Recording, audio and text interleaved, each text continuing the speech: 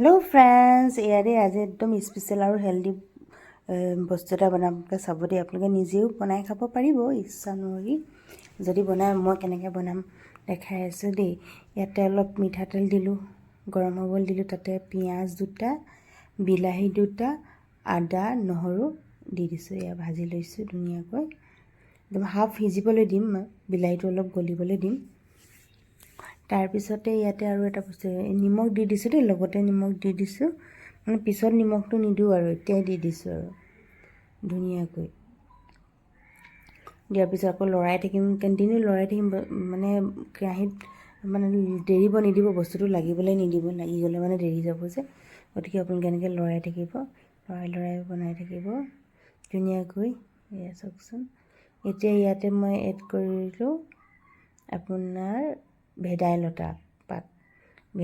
পাত সেইটো দেখুওৱা নহ'ল দেই এইকেইটা গ্ৰীণকেইটা দেখিছেনে তলত এয়া হৈছে ভেদাইলতা পাত আৰু তাৰ লগত দিছোঁ মচন্দৰী পাত দিছোঁ এয়া ভেদাইলতা মানে পাহৰি থাকিলোঁ পটকনে দেখাবলৈ এয়া মচন্দৰী দি দিছোঁ লগত ধুনীয়াকৈ দি দিছোঁ লৰাই সিজাই আছোঁ অলপ টাইম সিজাম আৰু তাৰপিছত সিজি হোৱাৰ পিছত আকৌ লৰাম সিজি হোৱাৰ পিছত মই ঠাণ্ডা হ'বলৈ ৰাখি দিম তাৰপিছত আৰু বনাই আছোঁ মেইন বস্তুটো এয়া এই ঠাণ্ডা হৈ গ'ল তাতে মিক্সাৰ গ্ৰাইণ্ডাৰ এতিয়া বাদাম ল'লোঁ বাদামটো অকণমান শুকানকৈ ভাজি ল'লোঁ দেই তাৰপিছতে দি দিছোঁ আৰু তাতে দিম আকৌ তোমাৰ ধনিয়া আৰু পদুনা আৰু শুকান জলকীয়া দি মেলি মিক্সাৰ গ্ৰাইণ্ডাৰত পেষ্ট কৰি ল'লোঁ এয়া ফাইনেল হৈ গ'ল ইয়াৰ হ'ল চাটনি